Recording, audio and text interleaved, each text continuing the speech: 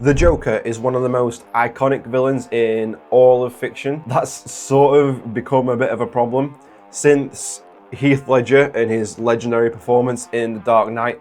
We've had so many different Jokers across movies, TV and games. For me, I feel like the character's at risk of losing the very impact that made him special in the first place. Today I'm breaking down why DC needs to take a step back from the Clown Prince of Crime, how constant reinventions have weakened his legacy, and what I think the best way forward actually looks like. If you love deep dives into DC characters and the future of the DCEU, you're in the right place. Make sure to like, subscribe, and let me know in the comments. Are you tired of Joker, or do you want even more?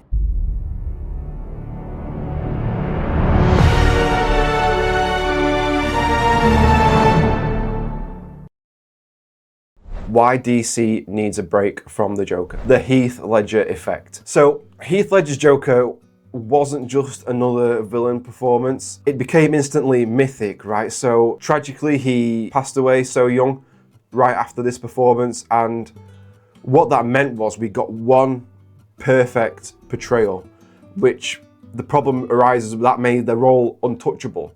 No one could follow Heath Ledger without facing impossible comparisons. Yet because we had this just one perfect performance, we knew we weren't going to get any more.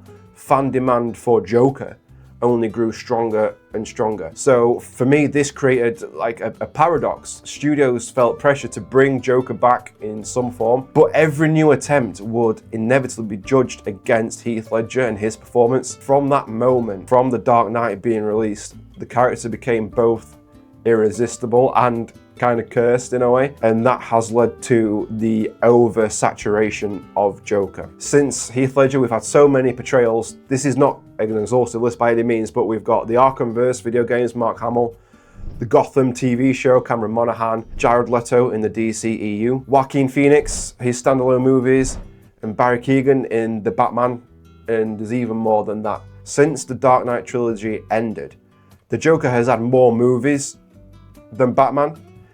In the Arkhamverse, he was killed off in Arkham City, but they just couldn't keep him off screen, so they brought him back in Batman's mind-infected blood Arkham Knight story, then introduced a multiverse version of Joker in Suicide Squad Killed the Justice League. And now he's, even in the DCU, the Clayface location shooting, we've seen the set dressing from that. Joker's hinted again in the set dressing for Clayface. For me, all this has led to the character being overexposed. All of the portrayals that I just mentioned have brought something different to the character, but the overexposure erodes his impact. Even great portrayals get lost in the noise. And Joker, he's not shocking or thrilling anymore, and people expect the next Joker twist. And the more DC tries to reinvent Joker, the less room there is for audiences to miss him, which for me is where the real anticipation and the hype for the character comes from. This also leads into what I'd consider to be the declining quality of projects. So since The Dark Knight, there's been a lot of Joker output.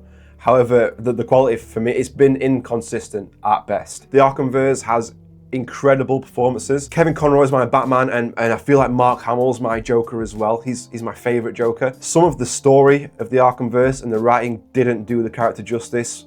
From the Titan Joker at the end of Arkham Asylum, that kind of missed the mark for me.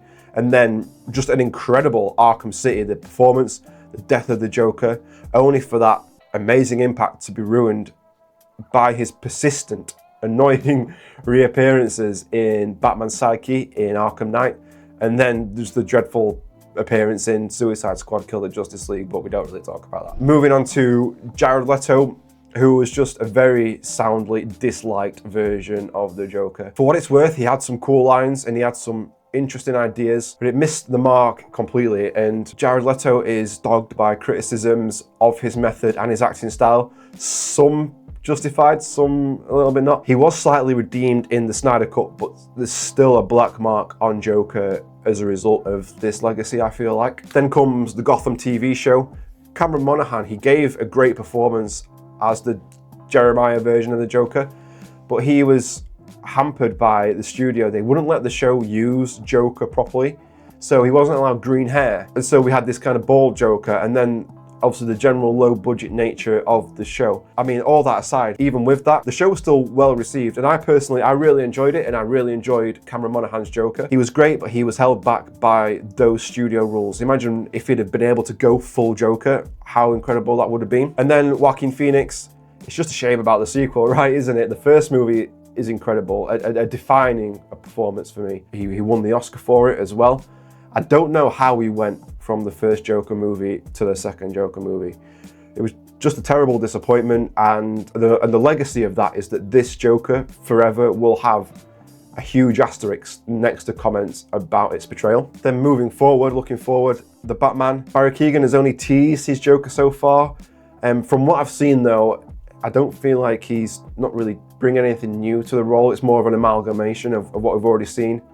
And again, I need to see more. I can't really judge him properly at this point. I'm not sold on the look. We'll see how he looks properly. Maybe if he breaks out of prison and we see him in his full attire, not prison attire. So far, not sold on the look of Barry Keoghan's Joker. So some portrayals have flashes of brilliance, many fall flat. Jared Leto, the gangster take, was widely disliked. Cameron Monaghan's Gotham Joker was strong but neutered by studio restrictions. The Arkham games gave Mark Hamill iconic material, only to end up diluting it with these kind of diminishing returns. And Suicide Squad Killer Justice League was a disaster. And even the Oscar-winning Joker movie is now burdened with a disliked sequel, which all adds to the point that I'm making. The inconsistency makes Joker feel less like the gold standard villain that he is, and more like kind of a coin toss, sometimes brilliant, sometimes not, sometimes even embarrassing. That volatility hurts his prestige, and it risks making the Joker feel cheap when he should be Batman's best narrative weapon. Which brings me to the next point, which is there's so many alternatives to Joker, right, that you can use. Batman has so many famous rogues, we're spoilt for choice, really. There's many Batman villains that we've never even seen on screen or only on shows like Gotham that would benefit from being on the big screen and big budget. Even characters that explore similar psychological themes. Hugo Strange, Mad Hatter, Man-Bat could all be given a spotlight and bring something fresh and new, as well as revisiting villains like Mr. Freeze and Bane. That'd still be a breath of fresh air, but it seems like we're reluctant to move away from Joker.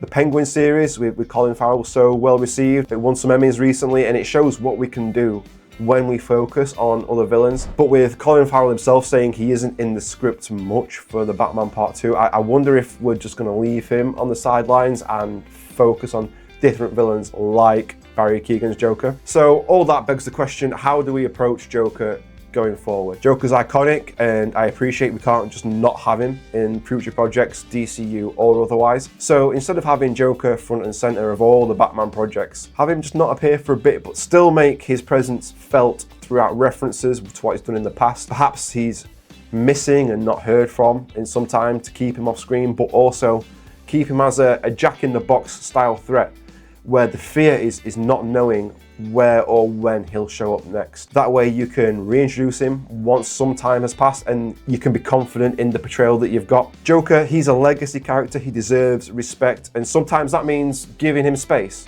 This way DC can protect his status, protect his mythos, and let all the villains shine. But I'd love to know what you think. Have you had enough of the Joker? Do you want more? If you were in charge of the DCU, how would you handle him? Drop your thoughts in the comments below. I'll highlight some of the best ones in a future video. And if you enjoyed this breakdown, hit subscribe. Check out my video breaking down what to expect from Man of Tomorrow, which, trust me, is not what you think.